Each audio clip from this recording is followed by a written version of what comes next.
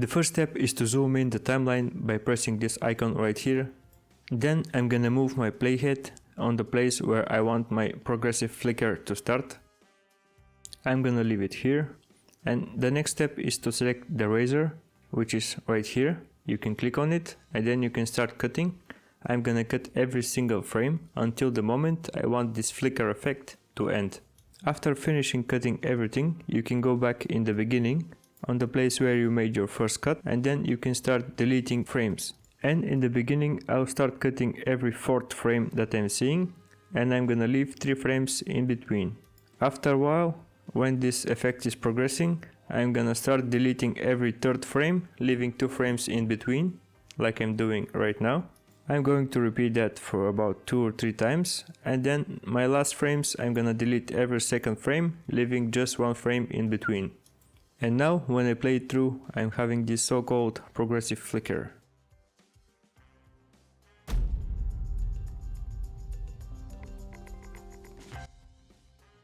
For this rotation effect, the only thing that is important is that you need to align your footage that is matching the previous one. I'm gonna use the center of this wheel. I'm gonna go to Effects Library, Effects, and I'm gonna type Rotate, and I'm gonna take this Fusion Transition Rotate in between them.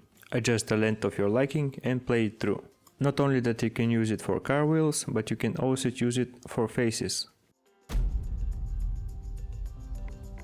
For this effect you can literally use it in many different ways, because it is about copying the color that is applied on the other footage. So you can go to the color page, and we're gonna take the color correction from the first video and apply it on the second one.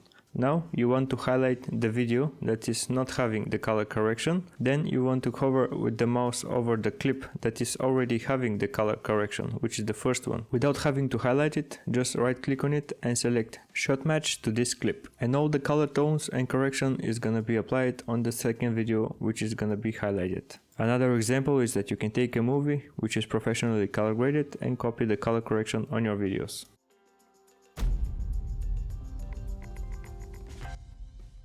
You probably heard that second camera is very useful to have while recording something, so that you can change the camera angles and make more engaging videos. And for this effect I'm gonna represent second camera without having that. So I'm going in my timeline, I'm selecting this part of the video, and then I'm gonna make a cut right there. Now my video is separated on 2 different parts, as you can see. Now I'm gonna highlight the second one, and then I'm gonna go in the inspector. Next step is to just select this flip icon, which is gonna flip the video horizontally. And lastly, I'm gonna increase the zoom values so that I can hide that lamp that you probably see on the right side. And also a tiny bit a position so that it can be aligned in the center. And now let's make a quick preview.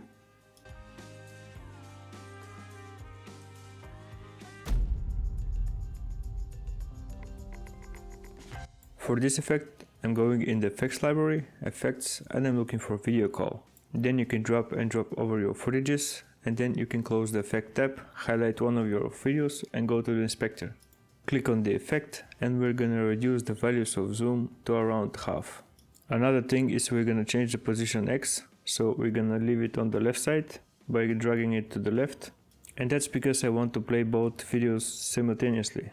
Also, you may want to change the background, so I'm going to values of the background and I'm reducing it to 0, that I can get rid of the background, and then I'm going to alpha and I'm putting it on 0 so that it can be transparent. Then I'm gonna do the same with the second video. I'm going in the inspector, I'm reducing the values of zoom to about half, and I'm changing the position X. This time I'm putting it on the right side. And as if for background, you can keep it as it is right now, or you can decide and change the background to color of your liking. You don't need to reduce the alpha since you want to use the background. And the last thing is to adjust the color of a background of your liking.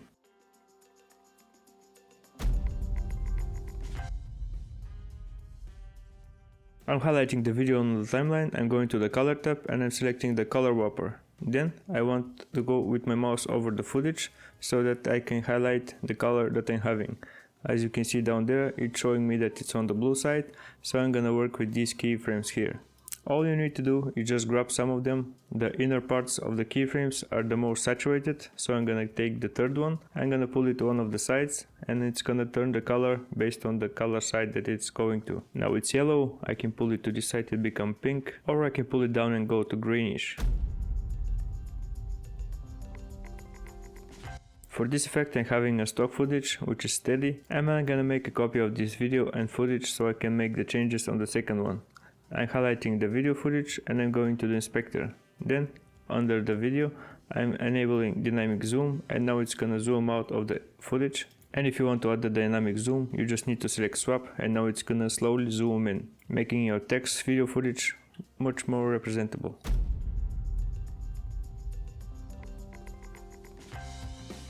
I'm having a video footage, and the first task is to go to the place where I want this speed ramp to begin. So I right click on the footage and I select retime controls. Also you can use Ctrl R for a shortcut. Now it's showing me that everything is gonna go at 100% speed, and speed ramping is a video footage that is not having the same playback speed, so I'm gonna change the speed of the part. So I'm gonna click this, then add speed point, and now I have a speed point there. I'm gonna move forward until the moment he's falling on the ground. I'm gonna add another speed point there. And now my video is separated on 3 playback parts, so I'm gonna keep the first one on 100%, I'm gonna go in the second one, and I'm gonna reduce the speed of the second one because I want to add some suspense there, so I'm gonna change clip speed and I'm gonna put it on 50%. And then on my last part I'm gonna put it to 150% so that it can speed up a little bit once the biker is falling down. Then I'm gonna right click and I'm gonna disable retime controls so that I can hide it. Then you can right click, go to retime curve. Now we're gonna see the keyframes, and this is the place where you can smoothen out your keyframes. All you need to highlight it, then click on this, and it's gonna round up the keyframe dynamics. Then I'm gonna do the same with the first one, and then I'm gonna close it by pressing here. Now I'm gonna play it. It's gonna start at 100%, then it's gonna slow down, and then it's gonna speed up. But as you can see, the middle part of the video is a little bit jarring, it's a little bit laggy. So you can fix that by highlighting the clip, going to inspector, going retime and scaling, and on retime process you want to select optimal flow. You can do the VHS effect in many different ways. I'm gonna do it in the most laziest way ever, and it is by using overlay footages. So I'm having on overlay footage, I'm highlighting it and going to the inspector, and on compositive mode I'm gonna click on add, and now it's gonna be applied over my footage. You can download these kind of overlays in pixels. You just type VHS and go in the video section and it's free to download. Actually I'm gonna apply one more. I'm gonna do the same. I'm gonna click on add, and it's gonna add some little particles over my VHS overlay.